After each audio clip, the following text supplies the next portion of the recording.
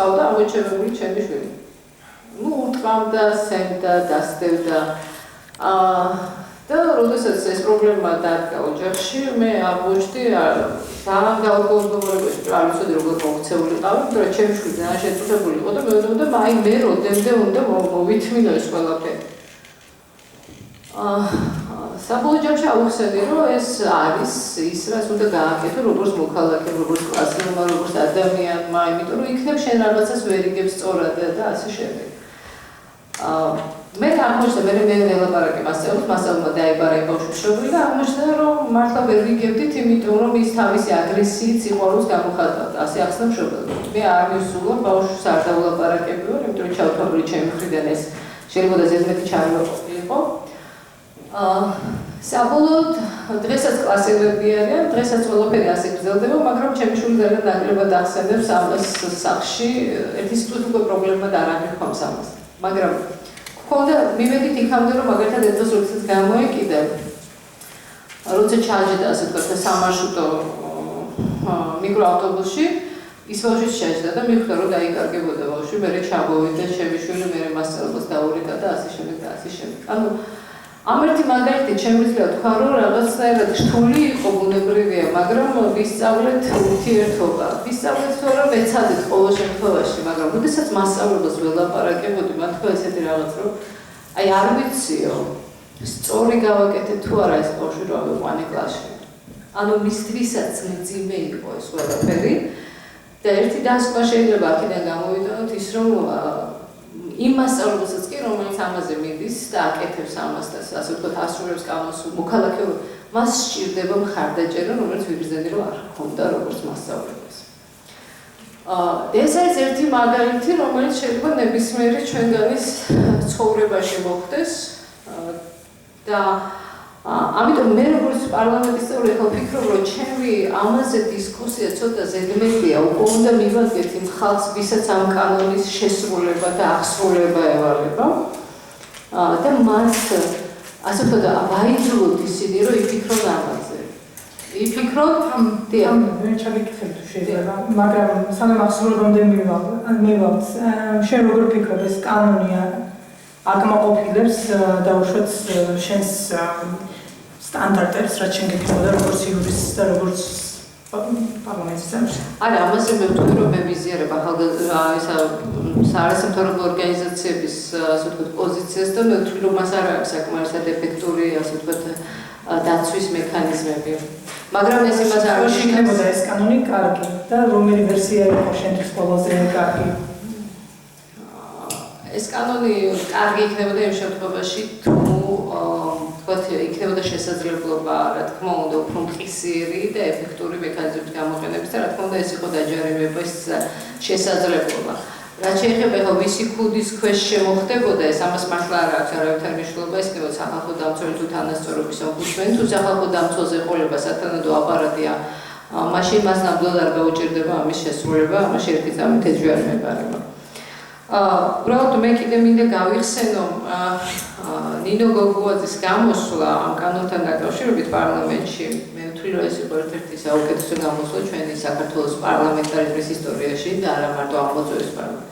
მან თქვა ესეთი რამ, რომ ჩვენ ადამიანი ვართ ზოგადად უმცირესობა და ნებისმიერ შემთხვევაში ჩვენ შეიძლება აღმოჩნდეს ესეთ მდგომარეობაში და მე შემიძლია გითხრათ, რომ ამ კანონის დაცვის გამო მე დღეს აღმოჩნდი ესეთ უმცირესობაში, იმიტომ რომ თქვენ მოგეხსენება საარჩევნო კამპანია მიმდინარეობს ნაძალადევის რაიონში და არც ერთ კანდიდატს ქართული ოცნების არ უნდა რომ გავხდე მე კამპანიის პროცესში.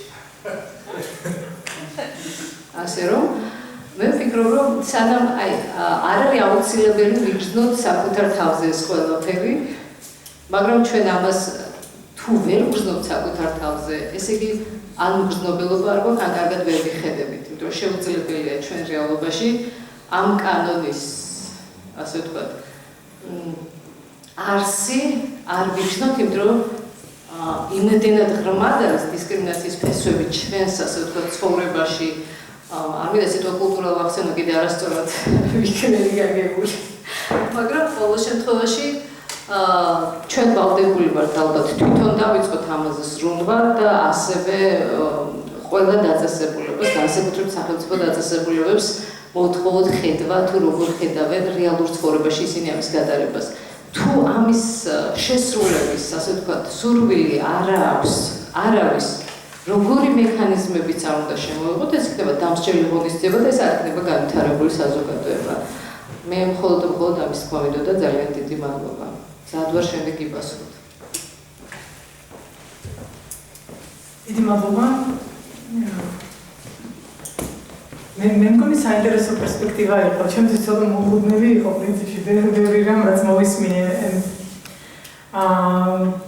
მაგრამ ამაზე ალბათ დისკუსიის დროსაც დარწმუნებული ვარ, რომ ბევრი კითხვა დაისმევა, იმიტომ რომ საპარლამენტო განხილვის მიმართ ნამდვილად იყო საზოგადოებრივი ყურადღება მიმართული, რაც სამწუხაროდ დააკლდა იმ ეტაპს, რა ეტაპზეც უკვე იუსტიციის სამინისტრო მუშაობდა. მე გულისხმობ ფართო საზოგადოებრივ ყურადღებას, თორემ არასამთავრობო ორგანიზაციები ჩართულები იყვნენ პირველადი პროდუქტი, რაც ჩვენ მქონდა იუსტიციის სამინისტროში, მე ვფიქრობ, რომ შესანიშნავი იყო და ეხლა შემოგვიერთდა სხვადასხვა მეორე ადამიანი, რომელიც ამაზე მუშაობდა, ბექა ძამაშვილი. ძალიან საინტერესო არის იუსტიციის სამინისტროს პოზიცია. მე ძალიან მადლობელი ვარ თამუნა კორძაია, მე მგონი გამორჩეული არის თავისი გულწრფელობით და მადლობელი ვარ, რომ ესე გულწრფელად ისაუბრებ, მათ შორის საარჩევნო კამპანიაში შემოწმებასთან დაკავშირებით. იქნებ იუსტიციის სამინისტროს პოზიციაზეც ესე გულახდილად გესაუბრეთ, ბატონო გოჩა. თქვენ როგორ აფასებთ იმ პროცესს, სანამ ეს კანონპროექტი წავიდოდა მთავრობაში განსახილველად და შემდეგ ყველაფერი ის, რაც დაემართა ამ კანონპროექტს, როცა კანონპროექტის სტატუსი ჰქონდა მთავრობის ხდომაზე თუ საპარლამენტო განხილვის პერიოდში, თქვენი გულწრფელი შეფასება რო გითხრათ, ეს პროცესი რო შეაფასოთ და საბოლოო პროდუქტიც ასევე გულწრფელად რო გითხრათ, როგორ მოგწონთ, რა იქნებოდა თქვენთვის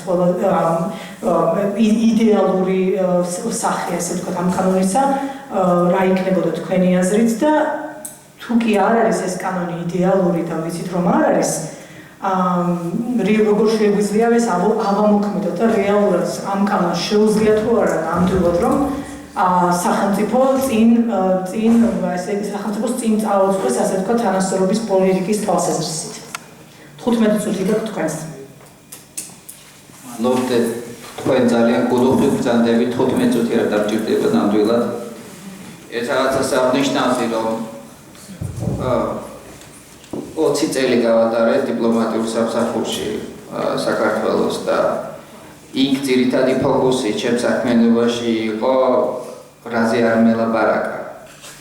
იუსტიციაში მუშაობის შემდეგ ფოკუსი შეიცვალა და ფოკუსი არის რაზე ვილაპარაკო, თუმცა პირველ და მეორე შემთხვევაშიც მე ყოველთვის ვიყავი გულწრფელი და ახალ გულწრფელი ვიქნები და ეს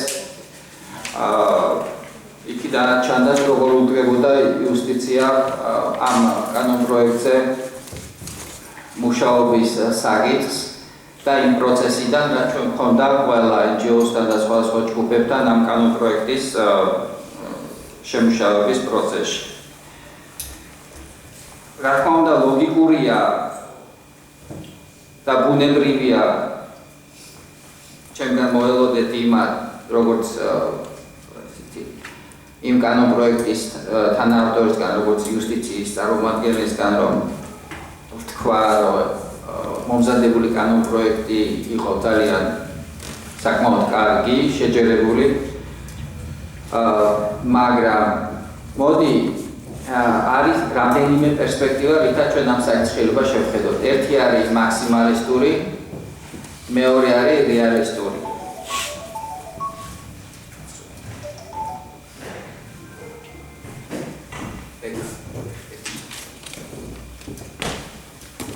მეორე არის რეალისტური. თქვენ გახსოვთ დებატები იმის შესახებ, საიდან დაიწყო ეს. მათ შორის რამდენჯერმე ჩვენთან შეხვედრაზე გაჟღერდა, რომ საერთოდ გასაჭიროა დისკრიმინაციული კანონპროექტი, იმდენად რამდენადაც ჩვენ გვაქვს კანონმდებლობის სხვადასხვა სფერო, სადაც გაბნეულია ეს საკითხები და ბევრს მიაჩნდა, რომ ეს საკითხი მოწესრიგებულია და ყოველგვარი იმის გარეშე ერთიანი საკანონმდებლო აქტის გარეშე შეგვეძლო გავაგრძელებინა ჩვენი ცხოვრება. ერთ უბრალოდ მე მინდა შეგახსენოთ უბრალოდ დებატები, რაც მოყვა ამ კანონპროექტის მიღებას. და რა აჩვენა, მოდი, ერთმანეთს უთხრათ ამ დებატებმა. ამ დებატებმა აჩვენა ნათლად, რომ საზოგადოებაში გაგებაც ადეკვატური ახმა არ არსებობს, რა არის დისკრიმინაცია. ამ დებატებმა აჩვენა, რომ ზოგიერთ შემთხვევაში ჩვენ ისე როგორც საზოგადოება შევეჩვიეთ დისკრიმინაციის გამოვლინებას, რომ უკვე ნორმა გონია. ამ გადმოსახედიდან ჩვენ თუ შევაფასებთ იმ კანონს, რომელიც მივიღებთ, რა თქმა უნდა, ის ასახავს ძალიან რთულ, მაგრამ გარკვეულ კონსენსუსს მე არ გულისხმობ, რომ ყველა ჯგუფმა, რომელიმე ჯგუფმა მიიღო მაქსიმუმი. ამ ჯგუფების ინტერესების შეჯერების შედეგად, რასაც გაგრძელება მოყვა პარლამენტში, ჩვენ მივიღეთ ეს კანონი, რაც გვაქვს. იმ გადასახედიდან რა პრობლემების წინაშე ვდგავართ, მე მაინც მიმაჩნია, რომ ამ ეტაპისთვის ეს კანონი ადეკვატურად ასახავს იმას, სანამდე შეეძლო ერთიანად მთავრობასაც, პარლამენტსაც და მთლიანად საზოგადოებას წასვლა. მეორე მომენტი მინდა აღნიშნო რომ ჩვენ პირველ საწყისი ფორმით მიგვეღო, ისიც არ იქნებოდა გარანტია, რომ ის კანონი იმოქმედებდა ეფექტურად. გარანტია კანონის ეფექტურად ამოქმედების არის მთლიანად საზოგადოების პოზიცია. გარანტია მთლიანად კანონების ეფექტურად ამოქმედების, რა თქმა უნდა, არის ინსტიტუციურ მექანიზმებში, ასევე უფრო მნიშვნელოვანია ბევრწილად სამოქალაქო საზოგადოების შეურიგებლობა არ დაუშვას იმ კანონით დაშვებულ ფარგლებში ისეთი გადასტომა და ბევრ შემთხვევაში დანაშაული, როგორიცაა დისკრიმინაცია. ანუ ეგ არის იმ ჩემი მიმართება ამ იმასთან საკითხთან. იმდენად რამდენადაც ყველაფერს თავი დავანებოთ, სანამ ინსტიტუციურ მექანიზმამდე გადავალ, რაც იყო ყველაზე დიდი დებატების საგანი. ბოლოს და ბოლოს ისიც დასაფასებელია, რომ ქართულ საკანონმდებლო სივრცეში გააჩნდა დისკრიმინაციის პირდაპირი და არაპირდაპირი ფორმის დეფინიცია. მანამდე ესეც არ ჰქონდა, ხო? იმიტომ რომ იმ ინსტიტუციურ მექანიზმზე, სადაც გადავალთ, ხო უნდა ვილაპარაკოთ ნორმატიულ შემადგენელზე, ხო? რის საფუძველზეც ფუნქციონირებს ეს მექანიზმი. ამას ის არ აქვია, თავი დავანებოთ იმას, რომ ზუსტად გამომდინარე იქიდან, რომ ჩვენ თავიდანვე მიგვაჩნდა, ეს არის მრავალასპექტიანი პრობლემა. ეს დისკრიმინაცია არ არსებობს იმ ერთი ნიშნით, ყველა ფოკუსს რო აკეთებდა, არამედ ეს არის ქმედება მიმართული ყველა მოწყვლადი ჯგუფების წინააღმდეგ, მათ შორის პირველ რიგში ქალების და გასაკვირიც არ იქნება, რომ ერთ-ერთი ყველაზე ხშირად ეს ასპექტი ჩემი მხრიდან მოდიოდა, რადგან მე სერიოზულად ვთვლი, რომ ერთ-ერთი ყველაზე ესეთი მოწყვლადი ჯგუფი ჩვენ საზოგადოებაში არის ქალები და ეს ბევრ რაღაც ტაბუდადებულ საკითხებზე ღიად ლაპარაკს. ალბათ იმ სტადიაზე მივედით, რომ ამაზე გადასვლა შეიძლება. ამის გარდა ისიც ფაქტია, რომ კანონპროექტი ეხება როგორც საჯარო, ასევე კერძო სექტორს. მე ვფიქრობ, რომ ეს თუ მიღწევა თუ არ არის, ეს არის რაღაც ნიშნული, სერიოზული ნიშნული, სანამდე ეს საზოგადოება ეხლა ამ ეტაპისთვის მივიდა. და ისე დავამთავრებდი იმით, რომ რაც შეეხება ინსტიტუციური მექანიზმის თუ კიდევ კანონპროექტის ან უკვე მიღებული კანონის ეფექტურობას. ჩვენ როდესაც აი კანონპროექტზე მუშაობდით, წარმოდგენილი ჰქონდა, რომ გარდა კანონპროექტის მიღებისა ყველა სამინისტრო სამოქმედო გეგმის სახით ჩაშლიდა, რასაც ქალბატონმა თამარმა აღნიშნა, და წარმოადგენდა სამოქმედო გეგმას ნაწილობ მაინც გარემო ამ კანონის ასამოქმედებლად არის მნიშვნელოვანი და გარემო უკვე იცვლება იმ გაგებით, რომ არ უნდა დაგვავიწყდეს ჩვენ ახლა ხანს მივიღეთ ადამიანის უფლებათა სტრატეგია, ხო? 7 წელზე გაწერილი. გამოკვეთილი პრიორიტეტია თანასწორობის უზრუნველყოფა და ასევე უმცირესობების უფლებების დაცვა. ზუსტად შემდეგ ამ სტრატეგიიდან სამოქმედო გეგმებში უნდა გარდაისახოს, ამ სამოქმედო გეგმებსაც მივიღებთ ის, რაზეც მეგონია გულისხმობდა ქალბატონი თამარი. ასე რომ ინსტიტუტებს ექნებათ კონკრეტული სამოქმედო გეგმა, რამაც უნდა შექმნას გარემო ხელშესაწყობად, რათა ეს კანონი ეფექტური იყოს. მეორე მომენტი და რითაც დავამთავრებ საბოლოოდ ის არის, რომ ეს არის მუდმივი დახვეწის პროცესი. ეს კანონი ამოქმედდება და თუ თქვათ კრიტიკული საკითხები, რაზეც ვფიქრობთ, რაზეც დებატები გქონდა, არავისთვის არ არის პოლიტიკური ნება. თავარია პოლიტიკური ნება, რაც გამწვავდა ამ კანონში, რომ ჩვენ ვებრძოლოთ დისკრიმინაციის ყველა ფორმის გამოვლინებას ამ საზოგადოებაში არის. დახვეწას შემდგომ ეფექტურობის ამაღლებას მე მგონია ესეც ჩვენ ხელშია.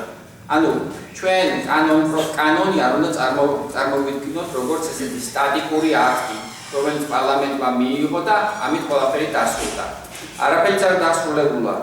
ეგ არის უბრალოდ ამ გზის დასაწყისი. სანამ თქვენ ჯერ კიდევ გაქვთ 5 წუთი და ამიტომ მე ვისარგებლებ ამ საშუალებით და მინდა რომ ის რაღაც კითხოთ. თქვენი ასე ვთქვათ სიფრთხილე ჩემთვის აბსოლუტურად გასაგები არის, მაგრამ ის ოპტიმიზმი მე აპლიერ მეთქვია სხვა. ეს ჩემი შეფასება არის.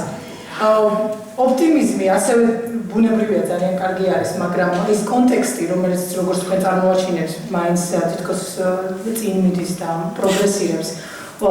შეიძლება თუ არა ძალიან მძიმედ მოგიბრუნდეს, თუ კი მაგალითად პრემიერ-მინისტრის ცნობილი ინიციატივა კონსულური ცვლილებების შესახებ, რომ ჩაიწერეს კონსტიტუციაში, რომ ქორწინება არის ოჯახი ქალისა და მამაკაცის, ასე ვთქვათ, კავშირი მხოლოდ და მხოლოდ.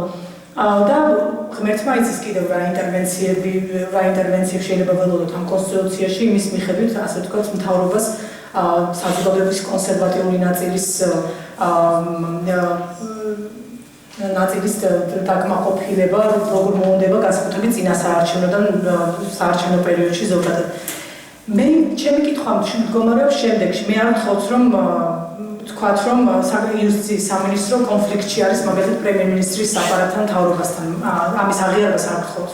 მე მინდა თქვენი როგორც პროფესიონალის შეფასება ამისა, თუ კი კონსტიტუციური ბალანსი ასე დაირღვა ადამიანის უფლებათა თვალსაზრისით, რომ ესეთი უხეში ინტერვენციები მოხდა კონსტიტუციაში თანასწორობასთან დაკავშირებით სწორედ ხომ? მაშინ რაში გვჭირდება ეს სტრატეგია 7 წელზე გაწერილი, თუ კი ეს დისბალანსი მოხდა და თქვენ ელით თუ არა ამას და თქვენ როგორ ფიქრობთ ეს კონფლიქტი თუ კი გვექნება სახეზე იუსტიციის სამინისტროს პოზიციებსა და მთავრობის პოზიციებს შორის როგორ გადაწყდება, ვის სასარგებლოდ გადაწყდება იქ?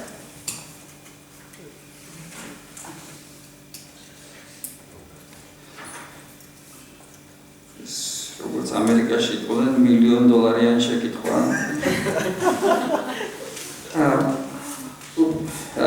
შევეცდები უპასუხო. ამ შემთხვევაში სიფრთხილეს არავითარ არ აქვს მნიშვნელობა. იმდენად რამდენადაც ყველაფერი არის ბალანსი, ხო? მე არ ვლაპარაკობდი ოპტიმისტური პოზიციებიდან, მე ვლაპარაკობდი ამ ეტაპზე რეალისტური პოზიციებიდან.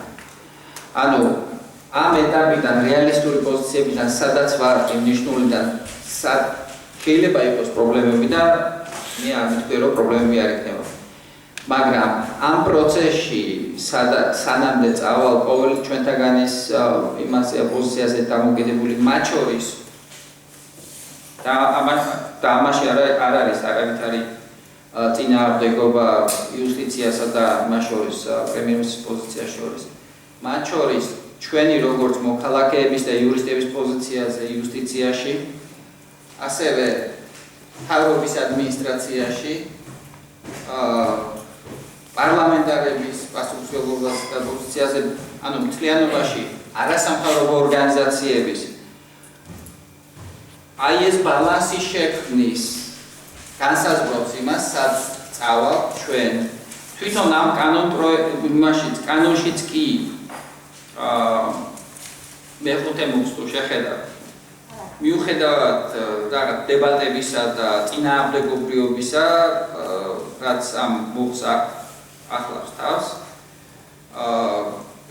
ბოლოს წერია, რომ ამ კანონის არც ერთი დებულება არ შეიძლება განიმარტოს ისე, რომ იგი არარად აქცევდეს საქართველოს პარლამენტის მიერ რატიფიცირებული საერთაშორისო ხელშეკრულებით განსაზღვრულ რომელიმე უფლებას ან თავისუფლებას, ან ზღუდავდეს მას იმაზე მეტად, ვიდრე თვით ამ ხელშეკრულებით არის გათვალისწინებული.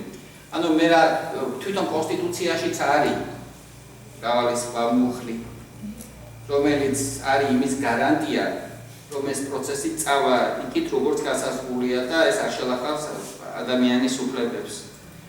და როგორ გამოვიყენებთ ჩვენ ამას, ისევ ჩვენზეა დამოკიდებული.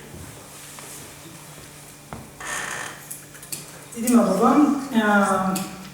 და ჩვენი ბოლო მომხსენებელი გიორგი, მე შენთან მაქვს ასეთი კითხვა, რომელსაც მე ვიმედოვნებ, რომ ასე ვთქვათ პარლამენტის და მთავრობის წარმომადგენლების უპასუხებენ შემდეგ ამ კანონის მიღების შემდეგ